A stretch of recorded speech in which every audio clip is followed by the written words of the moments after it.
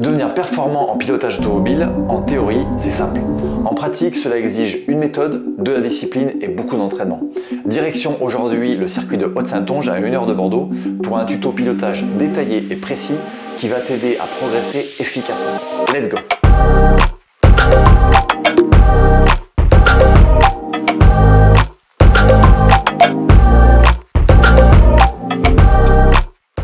Si tu ne me connais pas, je m'appelle Julien Jaudet, je suis pilote instructeur et entraîneur de pilote.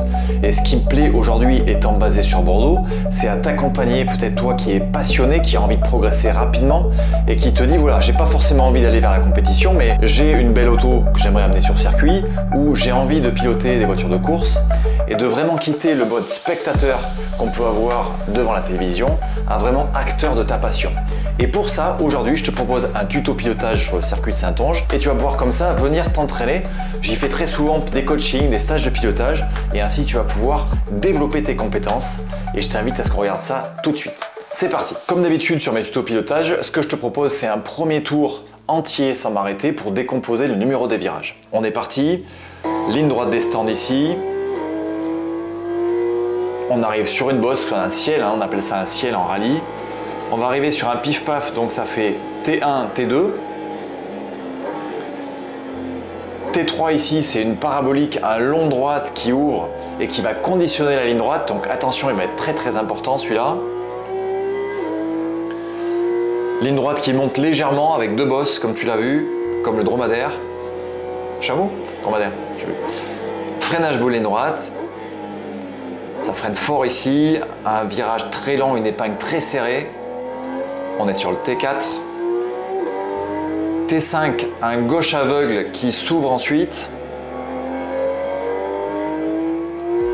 T6, T7, c'est un double gauche dans lequel tu vas garder un seul rayon de braquage finalement.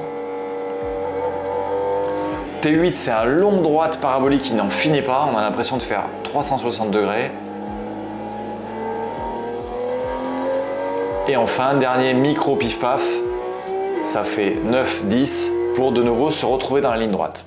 Voilà, on va maintenant décortiquer si tu veux bien ce tour parce que tu vas voir que ce circuit qu'on appelle un circuit école finalement parce qu'il y a quelques compétitions qui se courent là-bas comme la Twingo Cup ou la Caterham également. Le gros intérêt que je vois moi en tant qu'entraîneur de pilote pour aller là-bas, c'est que j'arrive souvent à avoir la piste en exclusivité et donc on se retrouve à 3, 4, 5 voitures maximum sur la journée, ce qui est excellent bien sûr pour se retirer de la charge mentale et pour bosser parfaitement chaque virage. Plus d'excuses de il y avait une Ferrari qui voulait me doubler ou j'avais une Twingo devant moi que j'arrivais pas à doubler qui me gênait.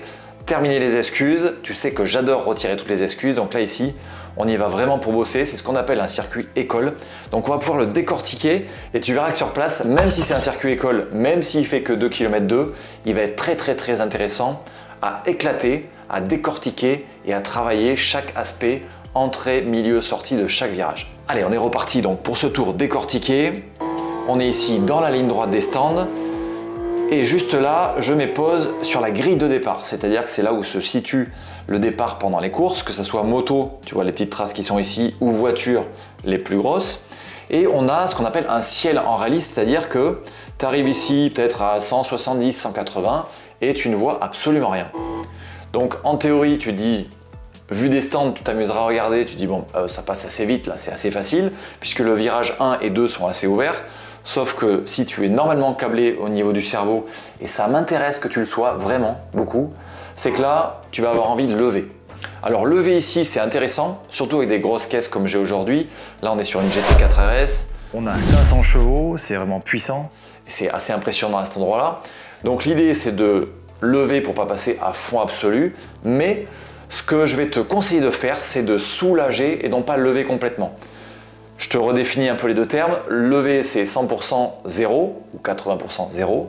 Soulager, c'est un 100%, 40%, histoire de garder de la charge sur l'arrière. Ça, c'est toujours important de garder cette charge pour avoir un train arrière qui est bien fixe, qui est bien campé sur ses positions et qui va te mettre en confiance pour prendre l'enchaînement qui arrive, qui est assez rapide. Donc ici, on passe de 100% de gaz à 40% de gaz sur la bosse. Et là, on va devoir chercher un repère visuel. Tu sais que je t'invite tout le temps à aller chercher les points de corde, sauf qu'ici, tu vas me dire, t'es sympa, mais le point de corde, je ne le vois pas. Et tu auras raison. Le point de corde, il est invisible, donc exceptionnellement, je t'autorise à aller chercher un point de repère sur la gauche. Quand on n'a pas le choix, c'est ce qu'on fait. Tu as des panneaux sur le côté ici. On a le panneau 100 qui est juste là, et juste après, on va avoir le panneau 50. Donc l'idée, c'est que ton braquage va se situer entre le 100 et le 50, et quasiment instantanément, quand tu vas braquer, le point de corde va apparaître. Donc ça va être quelque part une confirmation de ton braquage, du bon point de repère. Donc on se dit, voilà, je passe le 100, je cherche ma corde, et tac, là c'est le moment de braquer ici. C'est un braquage, tu as vu, qui est incisif, mais qui est quand même assez souple, et qui va venir t'autoriser à atteindre ici le point de corde juste à droite. Alors ici, il n'y a pas de vibreur, tu as vu sur le T1, le tout premier virage de droite, il n'y a pas de vibreur, donc inutile d'aller chercher l'herbe, bien évidemment. On va chercher surtout à avoir une trajectoire qui est la plus droite possible, c'est-à-dire une espèce de tangente entre T1, T2 et entrée du T3. Là voilà, je suis pile dans l'axe, tu vois, à cet endroit-là. Donc là, je vais remettre mes roues droites maintenant, et je vais chercher, juste après avoir les roues droites, à venir prendre un freinage à peu près à la corde du 2. C'est-à-dire que tu as le virage sur la gauche qui est lui bien avec un joli vibreur. Tu vas pouvoir ici prendre les freins roues bien droites, c'est une espèce de cuvette à cet endroit-là, et tu vas pouvoir comme ça bien ralentir l'auto. D'accord? Alors c'est important, je vais te le redécomposer cette partie-là. Donc je te le remontre ici. On va prendre le temps de bien décomposer. Ça va faire repère visuel, braquage entre le 100 et le 50, roue droite, puis frein, et dégressivité du frein ensuite pour bien venir préparer le 3. D'accord? C'est bien important de le décomposer comme ça. D'abord je regarde, je braque, je mets les roues droites, je freine. Pourquoi j'insiste très lourdement, tu peux le dire là-dessus, c'est parce qu'en fait naturellement, quand tu as un passage aveugle et que tu sens que tu es à 180, tu as envie de tout faire en même temps et très tôt. C'est-à-dire que tu as envie de braquer plus tôt que 75 mètres, tu as envie de décélérer complètement plutôt que de soulager. Et quand tu fais ces deux actions-là, ne serait-ce que ces deux actions, sur une bosse à 180, je te laisse imaginer, même si tu n'es pas un pro de la dynamique, que lorsqu'on charge l'avant, qu'on braque le volant et qu'on passe sur une bosse, bah forcément, ça peut être très compliqué. Il y a des traces de frein à cet endroit-là. Il y en a certains qui sont allés visiter le bac en face, qui est d'ailleurs de l'herbe, simplement, légèrement en descente. Donc de l'herbe légèrement en descente, si c'est un peu gravouillé, bah forcément ça t'amène dans le mur de pneus qui est juste derrière. Donc pour éviter ça, on va se concentrer sur les yeux à la corde, braque, roue droite et frein. Ici, on arrive dans le T3. Le T3, il est un peu particulier. C'est un peu la zone de test de sous-virage. C'est-à-dire que au chrono, j'ai fait les tests contre tests. Si tu arrives et que tu freines un tout petit peu trop tôt et que tu rentres bien à la corde, bon, tu vas être un tout petit peu embêté en sortie parce que tu vas être obligé de rajouter un peu de volant et tu vas réaccélérer un peu plus tard pour la ligne droite. Mais tu auras parcouru beaucoup moins de distance et tu vas rentrer un peu plus vite dans le virage. Deuxième version, si tu attends un peu plus tard pour freiner et que tu vas chercher un peu plus loin ton braquage, tu vas t'ouvrir l'entrée, donc ça va gagner du temps. Tu vas réaccélérer plus tôt, ça va aussi gagner du temps pour la ligne droite. Mais petit inconvénient, c'est que tu vas devoir ralentir un peu plus l'auto pour l'autoriser à pivoter et faire ce qu'on appelle un V-curve un peu plus tard. Et du coup, tu vas avoir une vitesse mini qui est plus basse. Donc, tout ça paraît très compliqué, mais dans la balance, sache que ici, c'est un virage à géométrie variable, tout simplement.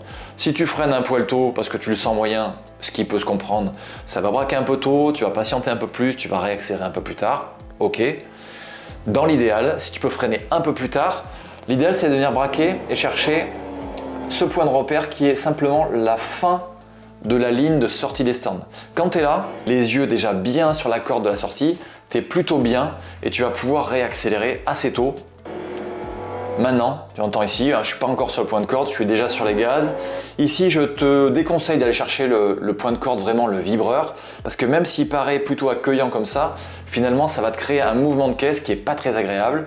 Surtout si la piste est humide à cet endroit-là, on vient longer, simplement, on vient longer la ligne blanche, mais on ne va pas la toucher. D'accord? Et là, comme on sait très bien en théorie, plus je mets mes roues droites, plus ça m'autorise à accélérer et à prendre de la vitesse et à faire chanter ce superbe flat 6, 4 litres. Ici, ligne droite, pense à détendre les épaules, respirer, c'est hyper important. Et là, on arrive sur une bosse, de nouveau sur un ciel, mais bonne nouvelle, on a de la marge derrière et ça va tout droit. Donc ça, c'est plutôt bien. Donc on laisse passer cette bosse. Tu as des repères de freinage ici sur la gauche, tu vas avoir le 200, le 150 et le 100 mètres. En fonction de la voiture que tu vas avoir, si tu dépasses les 200, si tu ne dépasses pas les 200, Un bon freinage va se situer entre 150 et 120, voire 100 mètres, si tu es en pneu slick, une voiture légère, etc. etc. Donc j'aime pas trop donner des repères fixes de freinage, parce que ça dépend de tellement de choses, de la température, des pneus que tu as, de ton niveau de pilotage, du nombre de tours que tu as fait, etc. etc. Mais disons que là on est sur une fourchette assez large, mais une fourchette qui va te permettre d'être toujours dans le vrai. On est entre 150 et 100 mètres pour un bon freinage. Ici, encore une fois, merci au circuit de Haute-Saintonge, puisque c'est un circuit école, il est super intéressant ici de travailler son regard sur le point de corde. C'est-à-dire que là, tu vas tout droit, d'accord, ton freinage est vraiment strictement droit, et tu vas pouvoir t'entraîner ici, comme tous les gros freinages, à d'abord placer ton œil sur la corde, et ensuite à venir attaquer les freins. Et je dis bien dans cet ordre-là, d'accord? Instinctivement, tu vas voir que tu as envie de freiner, freiner, freiner, et après tu dis, bon, où est-ce que je vais maintenant? Ça fonctionne, c'est ce qu'on appelle du bricolage, mais il est fort probable qu'avec cette technique-là, tu sois à 3-4 mètres de la corde. Si tu veux être strictement à la corde à chaque tour, c'est d'abord les yeux là, puis tu attaques les freins de manière dégressive, ça freine fort au début, et on détend le pied, on détend le pied, on détend le pied, les yeux toujours bien à la corde, et ici, avant de tourner le volant, j'ai bien la tête qui a tourné, pour ensuite appliquer le geste correct sur la fin de frein, pour me permettre de passer par le point de corde qui est juste là. Ici, même chose, on est sur une épingle un peu particulière parce qu'elle remonte. Donc si on cherche à être très corde, comme on pourrait l'imaginer en théorie, ben on a une espèce de mouvement de caisse, la voiture déleste un petit peu, et on a les deux roues intérieures qui nous jettent, surtout si on a de la puissance. Et le problème à cet endroit-là d'une auto qui nous jette, surtout avec une propulsion, c'est que l'arrière va vouloir te faire décrocher. Donc là, on est à peu près à 1 mètre de la corde, c'est très bien. Dans l'idée de garder plus de vitesse mini, et à partir de là, je réaccélère très tôt parce que ça monte, et je vais pouvoir débraquer mon volant, débraquer, débraquer, débraquer, pour atteindre ici les deux roues de gauche sur le tout petit vibreur extérieur. Attention, tu as le vibreur extérieur qui est assez court, et juste après, tu vois, c'est ce qu'on appelle de l'astroturf. C'est de la moquette synthétique finalement, sauf que c'est de la moquette un peu différente de celle qu'on a dans le jardin, puisqu'elle supporte que les voitures passent dessus avec beaucoup de charge et beaucoup de patinage. Donc c'est une moquette renforcée, mais cette moquette, qu'elle soit sur le sec ou pire sur le mouillé, ça fait un effet éponge qui est terrible. On évite d'y aller, hein, sauf si voilà, c'est pour se sortir d'une situation délicate, mais de manière générale, pour faire du chrono et pour rouler propre, on évite d'y aller parce que ça va créer encore une fois un mouvement de caisse qui n'est pas agréable et surtout qui fait perdre du temps, tout simplement. Ensuite, on est à la sortie du 4 et on va arriver à l'entrée du 5. Là, tu as très peu de temps pour aller de ton côté gauche à ton côté droit complet. C'est-à-dire que là, on est vraiment au bord de la ligne blanche et dès que tu as les roues droites, ici, l'idée, ça va être d'attaquer les freins et pareil, comme c'est aveugle, de chercher un repère ici. Là, je cherche tant bien que mal à quel moment je peux braquer et là, je plonge avec la confirmation de la corde qui apparaît. Je plonge à la corde ici pour être capable de réaccélérer par ici. Là, on peut prendre le vibreur intérieur, il est assez accueillant, il est assez plat. On prend le vibreur ici et je réaccélère progressivement pour garder un maximum de vitesse. Ce gauche, il est impressionnant, le T5, mais finalement, il est assez ouvert. D'accord ? Donc tu vas pouvoir garder la vitesse, réaccélérer tôt et fort, puisque là, tu as les roues droites. Et là, on arrive sur donc, le 6-7, un double gauche qu'il faut envisager en une seule fois. C'est-à-dire que tu vas, encore une fois, viser ta corde avant de toucher les freins. Tu vas faire un frein qui est relativement court et relativement léger. Ce frein, c'est juste pour inscrire l'auto dans le virage, mais tout en gardant en tête que tu vas vouloir garder de la vitesse volontairement. Pourquoi? Parce que la piste monte beaucoup ici. Donc si tu freines fort et que tu braques fort comme dans un gauche classique, sachant que ça monte derrière, ça va t'arrêter l'auto et après tu pourras jamais compenser, sachant que c'est un double gauche. D'accord? Donc les yeux bien sur la corde, on freine, on vient braquer gentiment, on vient effleurer ce premier vibreur. Si tu es bien placé au niveau curseur vitesse, la vitesse va t'emmener extérieur ici sur le béton. Et là, avec le même angle au volant, ou quasiment le même angle, là, on parle de 2 minutes de mouvement peut-être, on va venir récupérer ici le deuxième vibreur, donc du deuxième gauche ici. Et là, il faut savoir être souple sur l'accélérateur, c'est-à-dire éviter les à-coups, accélérateur, frein ou décélération, frein. Là, on évite, on est le plus fluide possible. L'idée, c'est que tu vas comme te créer une trace dans la neige, comme ça, comme si tu voulais créer une belle courbe et que tu veux qu'elle soit le moins perturbée possible. Donc la ligne la plus belle possible, ça va être sur un gaz qui est quasiment constant. Avant de préparer ce prochain virage, qui est le 8, Ici, le 8, il est assez particulier, je t'ai dit tout à l'heure en introduction, en fait, il est très long, donc il va apprendre la patience, celui-ci. C'est comme ça qu'il faut le voir. On va venir longer ce vibreur sans le toucher réellement. On a entre le 7 et le 8 réaccéléré un tout petit peu. Alors pourquoi? Tu me diras, on va peut-être gagner que 2-3 km/h, mais le fait d'accélérer comme ça permet de charger l'arrière pour que quand tu décélères juste maintenant, ici, tu vas pouvoir avoir plus de pouvoir directionnel parce que tu as fait l'effort de mettre du gaz précédemment. C'est-à-dire que je redécompose, si tu mets du gaz un tout petit peu avant, que tu fais l'effort de décélérer puis de braquer, tu auras beaucoup plus de pouvoir directionnel de ta voiture que si tu étais resté sur un gaz constant comme on a fait dans le double gauche précédemment. D'accord? Ici, petite astuce, on a 2 carrés noirs brillants. En tout cas, la texture est différente du bitume partout ailleurs. Ces 2 petits carrés, l'idée c'est d'aller faire le tour à l'extérieur. Quand tu fais le tour extérieur ici, tu vas pouvoir faire ce qu'on appelle un V-curve, c'est-à-dire que tu fais bien l'effort d'aller chercher les 2 carrés extérieurs et après les yeux sur la corde le plus tôt possible, là j'y suis depuis un petit moment, tu vas pouvoir rajouter du volant qui va te diriger vers ce point de corde et ensuite reprendre de la vitesse. Là ce qui se passe c'est que je viens de remettre du gaz, je suis déjà en train de préparer ma ligne droite des stands. D'accord? Donc la priorité c'est que j'ai le plus de Vmax au passage de la ligne, d'accord, pour faire le plus de performance possible. Donc, il va falloir que je néglige un aspect, un point ici, c'est mon point de corde, qui en théorie, tu me l'accordes, on devrait être vraiment très à l'intérieur sur le vibreur, sauf que là, le fait de réaccélérer un peu plus tôt, fatalement, j'ai ma voiture qui sous-vire un petit peu, c'est-à-dire que l'avant sous-tourne un petit peu, et le fait qu'il sous-tourne comme ça, gros avantage, c'est que ça me permet d'accélérer plus tôt, de prendre plus de vitesse, et ça m'emmène l'avant vers l'extérieur du droite ici, donc tout à fait à gauche, toujours limite astroturf ici, on ne va pas s'amuser à ces vitesses là avec un tout petit peu de volant à aller toucher le verre, parce que ça peut être bien sûr dramatique, mais il y a quand même de la marge, de là à accélérer trop tôt et de se faire trop éjecter à gauche, tu vas voir qu'il y a quand même beaucoup de marge. Et là bien évidemment, une fois qu'on a passé la hauteur du point de corde de droite, les yeux doivent être systématiquement loin là où tu veux aller, c'est-à-dire sur ton futur ciel dans la ligne droite des stands. C'est-à-dire que les yeux sont bien tout là-haut, et tu vas voir que les yeux bien loin, tu vas pouvoir facilement appréhender le 9 et le 10, qui sont 2 virages plutôt insignifiants, mais qui sont là quand même malgré tout.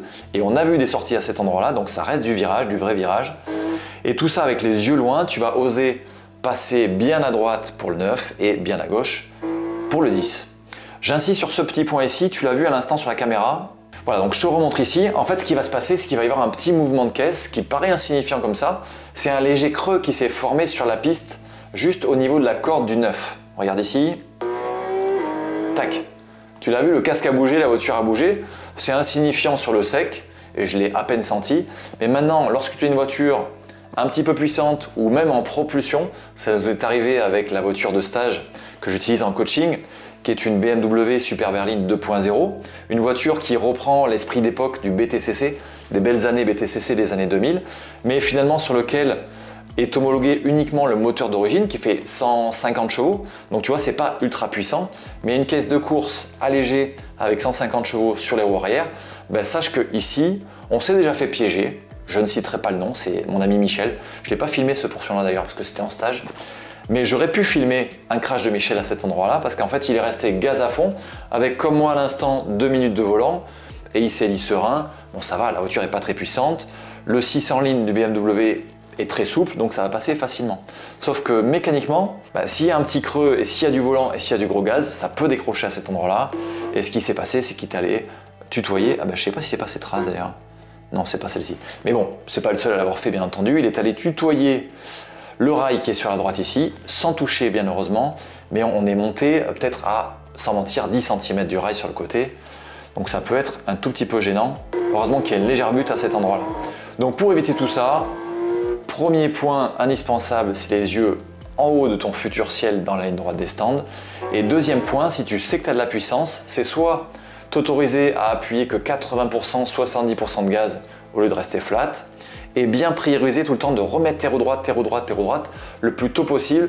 Bien sûr, mécaniquement, plus tôt tu vas avoir les roues droites et plus tôt, là j'y suis maintenant, là ici, plus tôt tu vas pouvoir bien sûr mettre gaz à fond, quelle que soit la voiture, en propulsion, en 4 roues motrices ou en traction.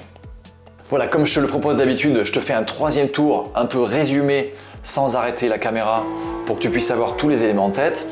Donc ligne droite des stands, on sait qu'il y a un ciel, on sait qu'on a un repère sur la gauche entre 100 et 50. Les yeux à la corde, ça braque ici.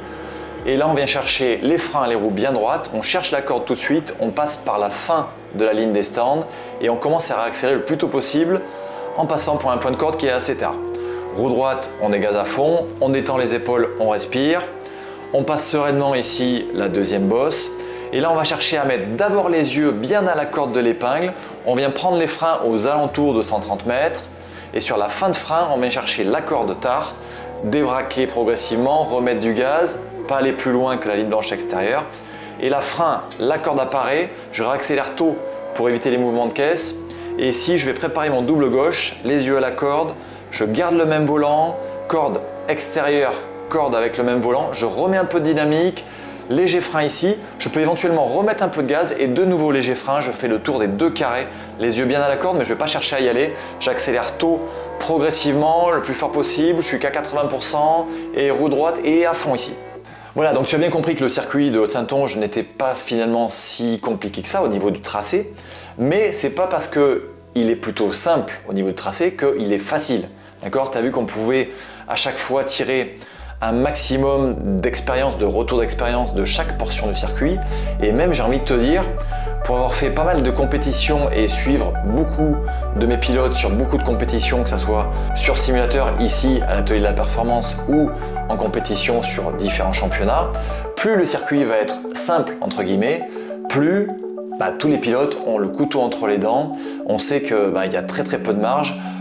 Entre le premier et le dernier du peloton, il y a très peu d'écart. Donc finalement, j'ai envie de te dire, plus le tracé est simple, plus il faut s'appliquer à bien mettre en œuvre tout ce que tu sais faire, être très précis au niveau du regard parce que ça reste des tracés qui sont par conséquent très exigeants. Voilà, j'espère que ce tuto pilotage t'aura plu. Si tu veux aller un petit peu plus loin, dans la description, je t'offre mon e-book Les 4 piliers d'excellence du pilotage automobile. Ça te permettra de bien comprendre, de bien réassimiler tout ce que je t'ai expliqué là. Parce que tu vas voir que plus tu vas répéter dans la tête cette logique, en fait c'est vraiment le pilotage, c'est une question de gestion de dynamique et c'est vraiment une question de mindset. Donc si tu arrives à comprendre cette logique petit à petit et si tu la répètes une fois, 2 fois, 10 fois, 100 fois, avec bien évidemment de la mise en pratique, que ce soit encore une fois sur simulateur ou sur circuit, c'est comme ça que tu vas réussir à progresser. Moi je le vois, c'est flagrant à chaque fois que mes pilotes font une séance de coaching sur simulateur avec moi, une journée d'essai sur circuit, une course et qui reviennent de nouveau soit chez eux à s'entraîner tout seul, soit revenir en coaching ici. À chaque fois ça monte, ça monte, ça monte, ça monte. Tout ce qui a été expliqué est finalement vécu et digéré. Et une fois que c'est digéré, on peut passer le step d'après et aller chercher encore plus de performance. Je te retrouve très vite pour une prochaine vidéo ou un prochain tuto pilotage. D'ici là, reste prudent sur la route et en parallèle, lorsque tu es sur circuit, sur ton simulateur, en coaching, envoie du gros lourd et tu donnes tout à 100%. Ciao!